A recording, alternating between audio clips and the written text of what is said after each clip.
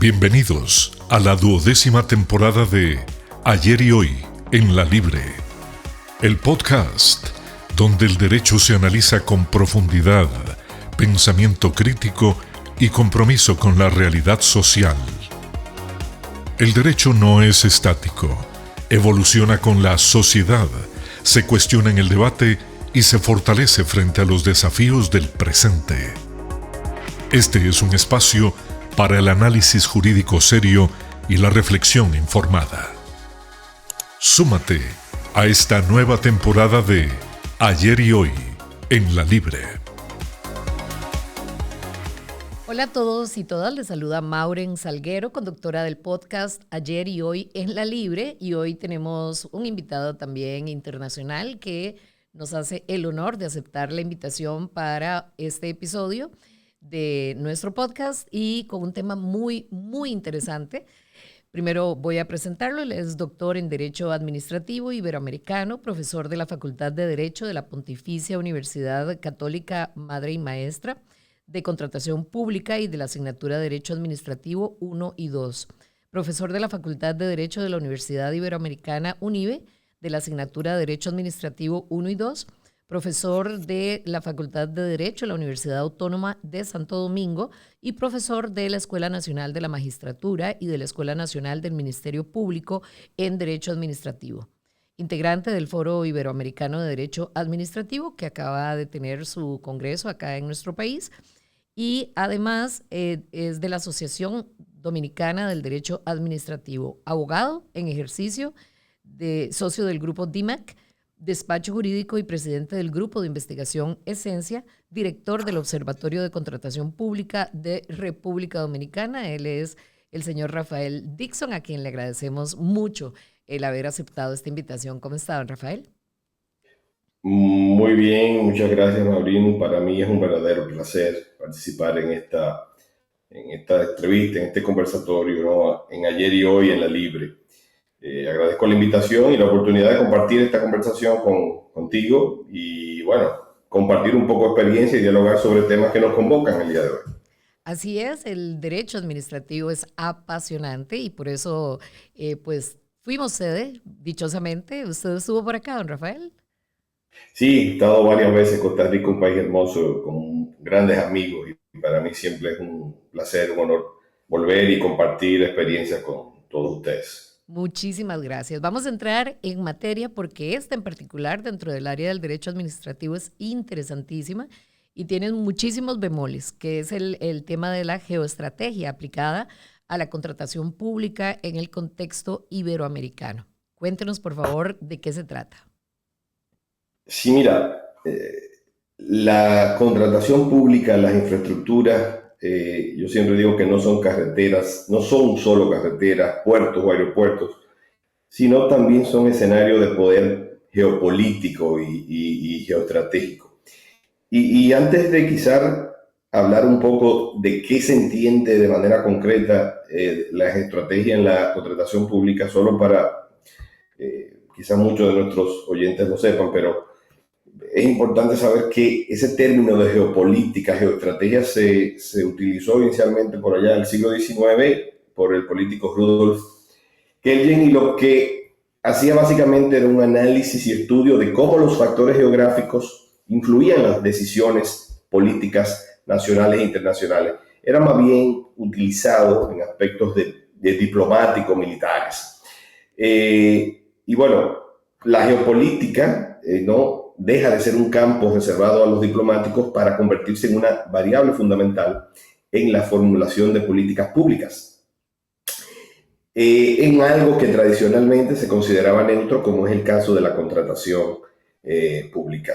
En estos tiempos de tensiones globales, donde se siente en cada región del planeta, cuando esa geopolítica, es decir, dónde están ubicados los países, se traducen en acciones concretas para proteger la soberanía de un país, el posicionamiento internacional, es decir, hablando y pensando sobre qué, cómo y con quién contratar, entonces utilizamos el término de geoestrategia. Entonces, la geoestrategia, dentro de ese contexto, en el ámbito de la contratación pública, pues alude de manera concreta en la forma en que los estados utilizan esas compras, contrataciones, esa infraestructura del sector público como un instrumento para promover, proteger, ¿no?, intereses geopolíticos, económicos o regionales. Y evidentemente que en Iberoamérica esto puede implicar alinearse estratégicamente con aliados comerciales, diversificarse frente a ciertas tensiones globales y favorecer, ¿no?, a ciertos actores versus otros, por así decirlo, y comenzar este diálogo, esta conversación.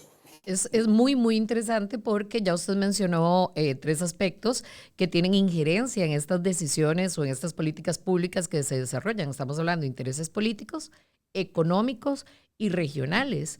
Entonces, todo esto también tiene que estar alineado con cómo aprovecha las compras del Estado, en este caso República Dominicana, que es su país de origen, para fortalecerse o posicionarse frente al resto del mundo sin causar conflicto, ya sea hacia el exterior y, por supuesto, y mucho menos hacia lo interno del país. Totalmente. Mira, es importante esto que comentas y como siempre digo y comento, esta regulación en la contratación pública, ¿no? Tiene que desarrollarse cada vez más. Los marcos normativos de nuestros países, muchos de los cuales se encuentran o en proceso de ser revisados o con nuevas leyes aprobadas. En el caso dominicano, recientemente tenemos una nueva ley que entra en vigencia en enero del próximo año, la ley 4725. Pero dentro de ese contexto, ¿no?, todas las normas nuevas que puedan venir, que puedan dictarse, que puedan estructurarse, deben considerar ya no solamente ver las contrataciones públicas como un proceso administrativo o de política pública, sino también pensar estratégicamente con quién voy a contratar, me conviene contratar, cuáles son mis intereses comerciales que tengo con ellos, tengo algún conflicto, por decir algo, cómo voy a garantizar los procesos versus los obstáculos burocráticos que muchas veces existen en los procesos de contrataciones públicas.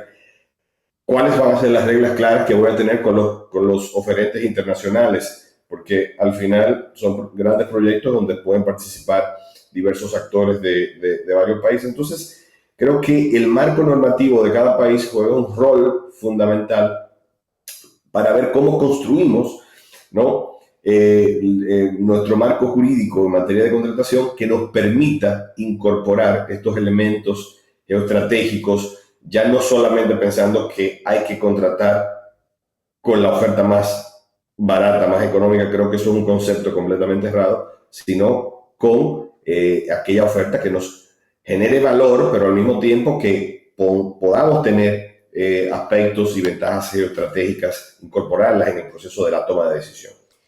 Ahora que usted menciona el tema normativo, que es vital, es transversal a todo esto que se está decidiendo, ok, se me ocurre pensar en, ¿puede sucumbir a presiones internacionales un país que norme en materia de contratación administrativa de alguna manera para establecer vínculos importantes, o más bien debería, si es el caso, endurecerse para evitar, no sé, todo lo que sea vinculado a corrupción en cuanto a actores extranjeros, porque es un elemento de protección? O sea, todo el cuadro jurídico que sí admite reformas y ajustes, pero debe estar pensado desde el inicio para que quede blindado ante esto que le planteo.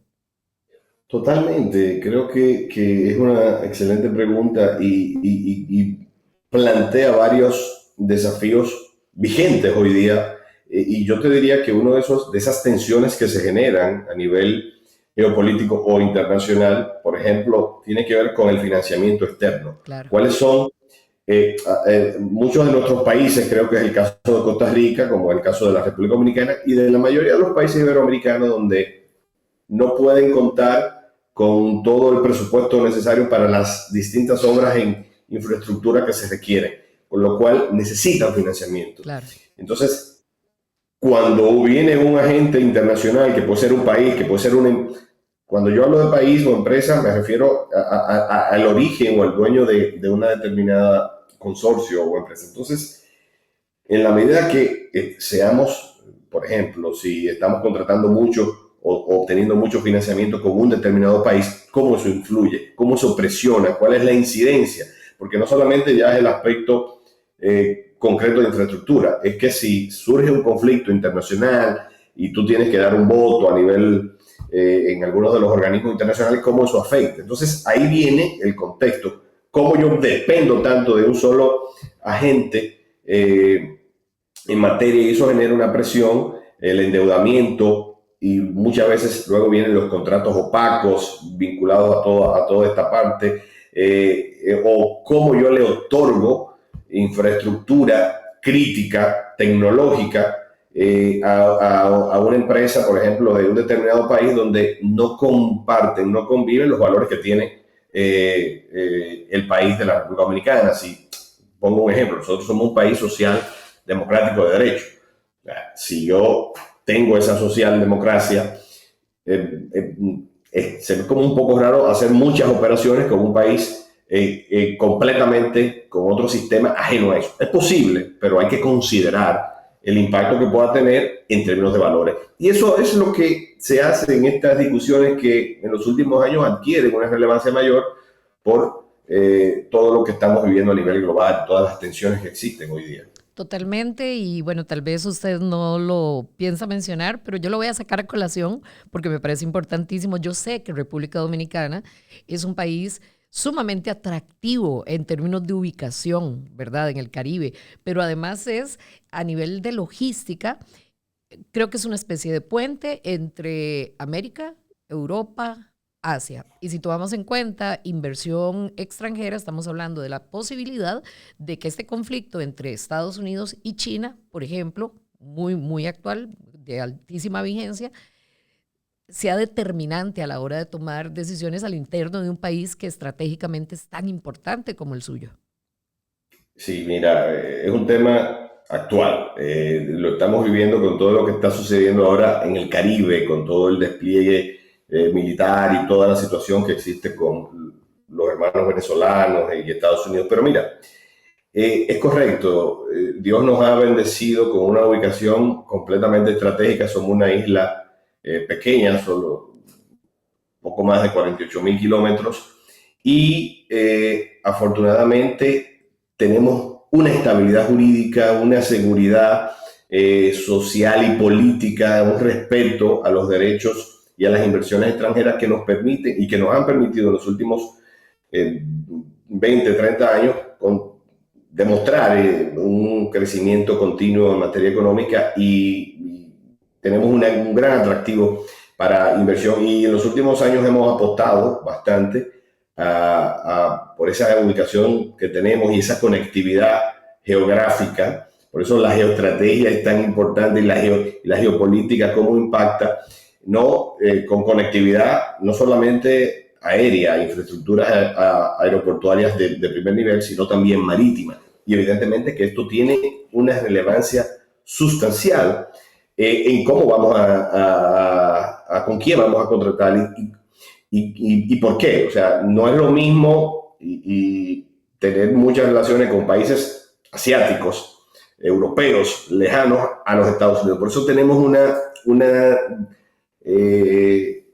un mayor nivel de comerciabilidad y de transacciones con los Estados Unidos porque estamos mucho más cerca. Claro. Y eso impacta. Y creo que debe de impactar al momento de las grandes infraestructuras.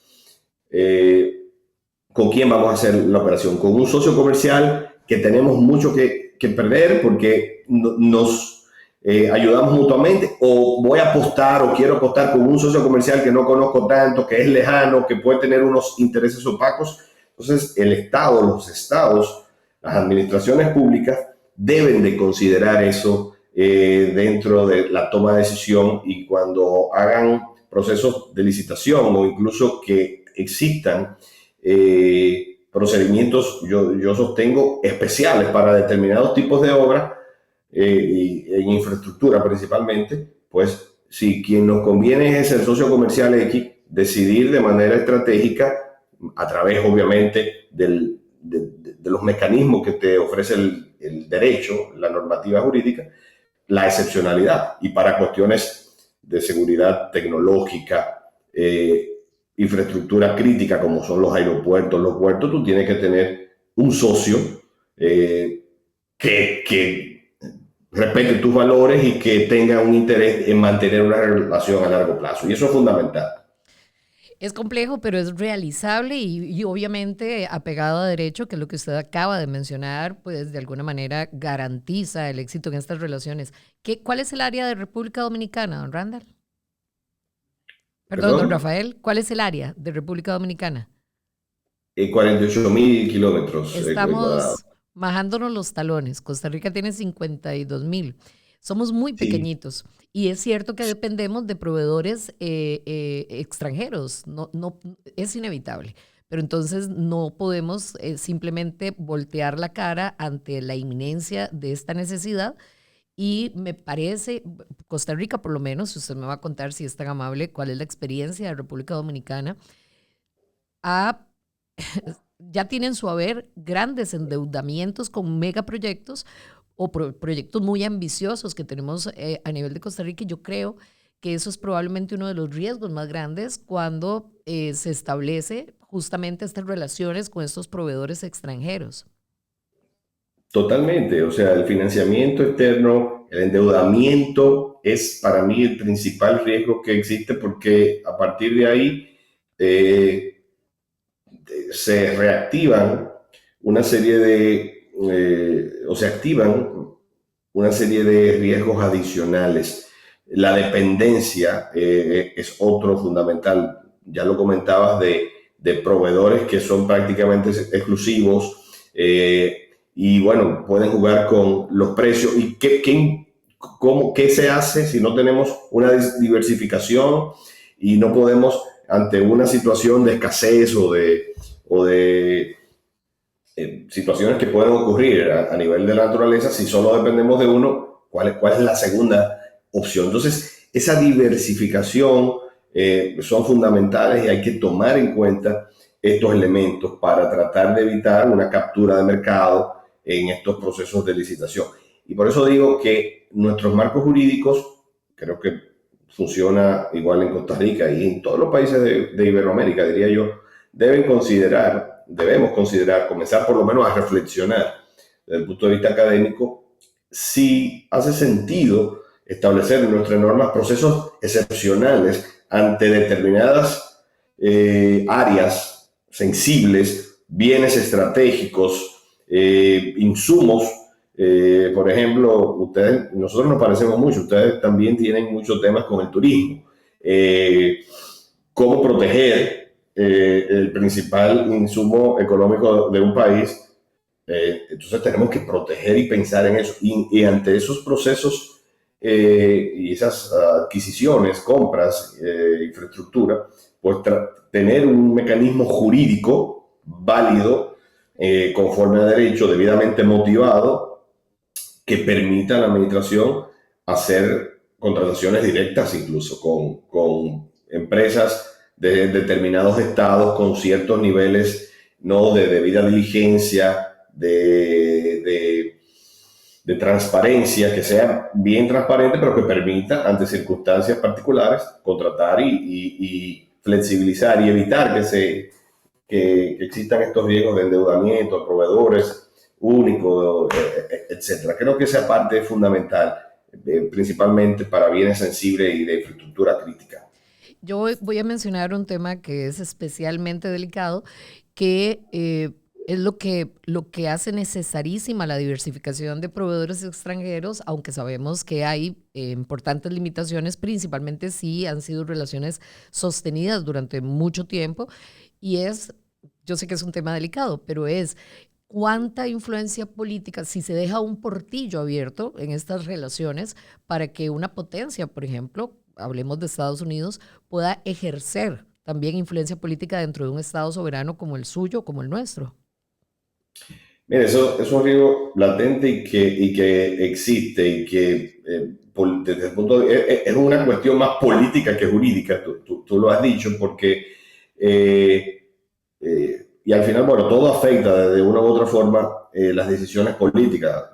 al final hablamos de políticas públicas y eso tiene un impacto. Es decir, evidentemente que el depender mucho de uno, pocos, o con el país que tú interactúas más, va a tener alguna influencia política. Sí, sí. Eso es real. Ahora, cómo se maneja es lo principal y, sobre todo, poder establecer límites. Es decir, los estados debemos pensar, cuando dependen, estados pequeños como los nuestros, saber hasta dónde nuestro límite, porque desde el punto de vista geoestratégico estamos casi en todo momento negociando. Entonces, hasta dónde podemos ser flexibles y la ciudadanía debe de entender, porque no se trata bueno, recientemente en nuestro país hay una discusión interesante porque con todo el tema del conflicto y el despliegue militar, pues el Estado Dominicano ha accedido a que se utilicen nuestros aeropuertos para los Estados Unidos. O sea, bueno, eso tiene una lógica geoestratégica. Claro. Nuestro principal socio comercial, pero ¿hasta qué punto? ¿Hasta dónde implica ese permiso que no transgreda la soberanía? Creo que no lo hace en nuestro caso porque es una decisión soberana de nuestro país y se hace con una justificación sensata dentro del contexto actual que estamos viviendo. Entonces yo creo que esa es la parte fundamental. ¿Cómo limitamos desde el punto de vista práctico y formal esa incidencia que de verdad existe desde el punto de vista político? Lo que no se debe permitir es que un país, un estado extranjero, pues esté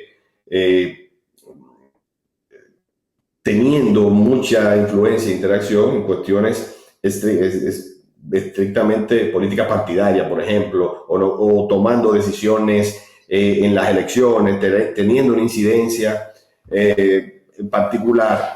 Y ahí creo que pues, los países deben de ser mucho más estrictos y poner unos límites muy claros, porque al final, insisto, es una negociación. Uno pide y si le dan, lo toma. Pero hay que tener límites y eso es para mí un tema fundamental que los estados deben de considerar. Bueno, ese debería ser el criterio para todo tipo de relaciones, ¿verdad? Sí. Y principalmente entre estados y, bueno, ahí va de la mano también el derecho público internacional, o el derecho internacional público, mejor dicho, para hacer respetar también esos límites. Usted mencionó hace un rato consorcios, ¿verdad? Que me parece muy interesante.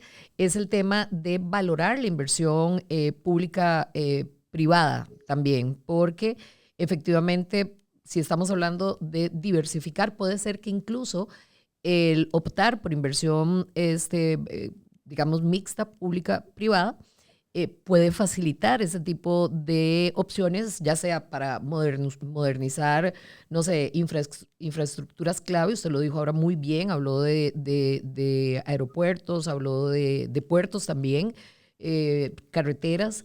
Nosotros hemos tenido acá la experiencia de transicionar de China a Japón, ¿verdad? Y eso generó una serie de reacciones impresionantes a nivel interno que evidentemente se elevaron a un tema político, porque sí lo es, ¿verdad?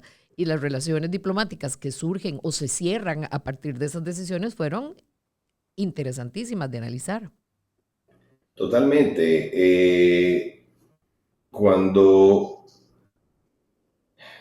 aquí hay unos ejes de tensión a nivel global que sabemos entre China, Rusia, Estados Unidos, etcétera, y en la medida que se transiciona de uno a otro, políticamente tiene un impacto en los países que tienen relaciones con ellos. Entonces yo creo que esas colaboraciones o esas alianzas público-privadas que puedan existir es una estrategia interesante que se debe de explorar con un marco jurídico robusto que permita no atraer una inversión internacional extranjera con una gobernanza muy clara en sectores críticos y que invite y que eso toma tiempo, construirlo, generar confianza en los distintos actores. También es complejo porque involucran muchas personas, pero si son diseñadas de manera inteligente incorporando la geopolítica, no solamente el aspecto técnico jurídico, ¿no? Sino la geoestrategia, dónde estamos ubicados, qué necesitamos para la sociedad actual, el día de hoy. No es lo mismo lo que sucede, lo que contábamos nosotros que queríamos hace 30, 40 años, a lo que estamos viviendo el día de hoy con la inteligencia artificial, cómo esto nos va a impactar, con quién tenemos que interactuar, cuáles son las infraestructuras, las carreteras, los puertos que necesitamos, quién es que no lo puede proveer. Entonces, esos elementos, el agua, la salud, o sea, todo eso, todos esos aspectos estratégicos, la energía, son fundamentales, y yo creo que las alianzas público-privadas bien diseñadas, bien estructuradas, pueden fortalecer la competitividad, la resiliencia de los países en un contexto regional.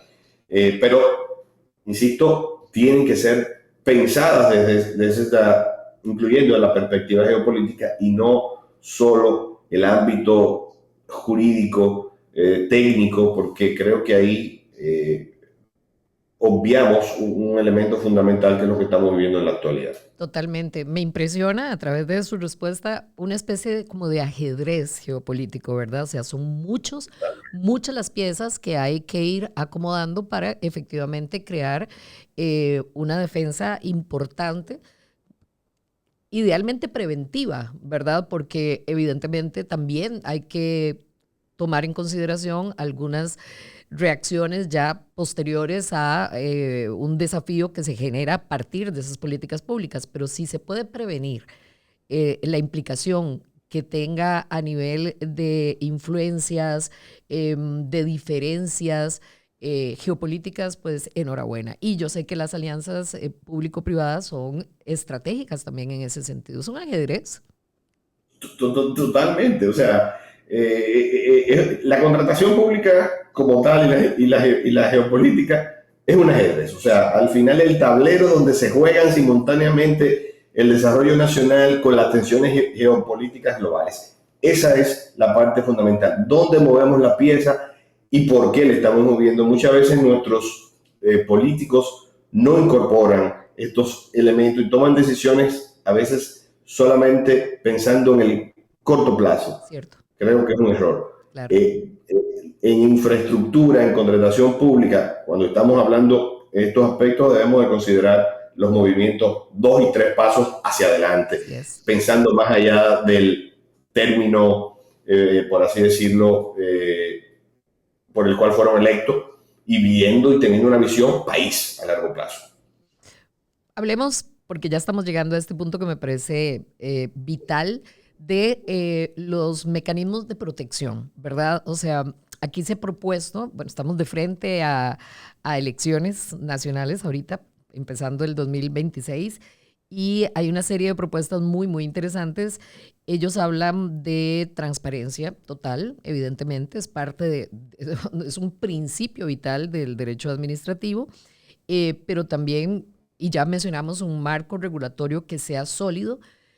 Usted mencionó la diversificación de proveedores. ¿Qué más? ¿Qué más podemos usar como mecanismo de protección?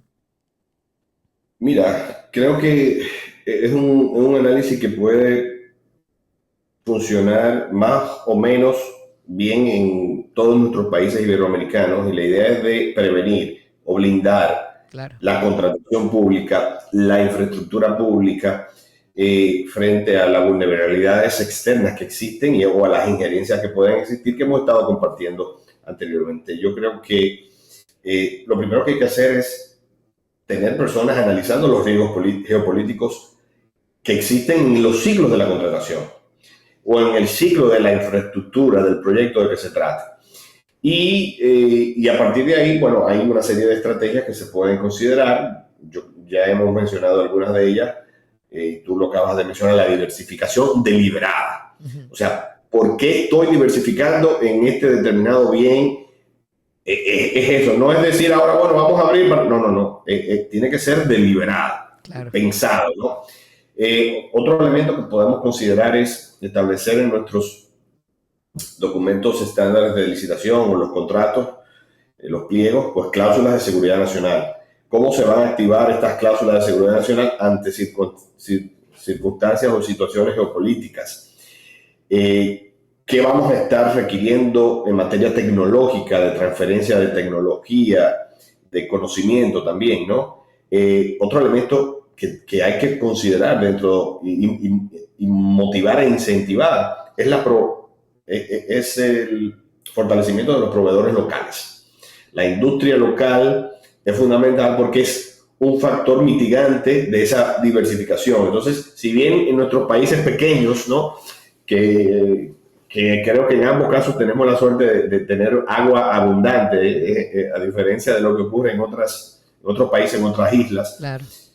¿Cómo incentivamos a nuestros proveedores locales para que permitan también, ¿no?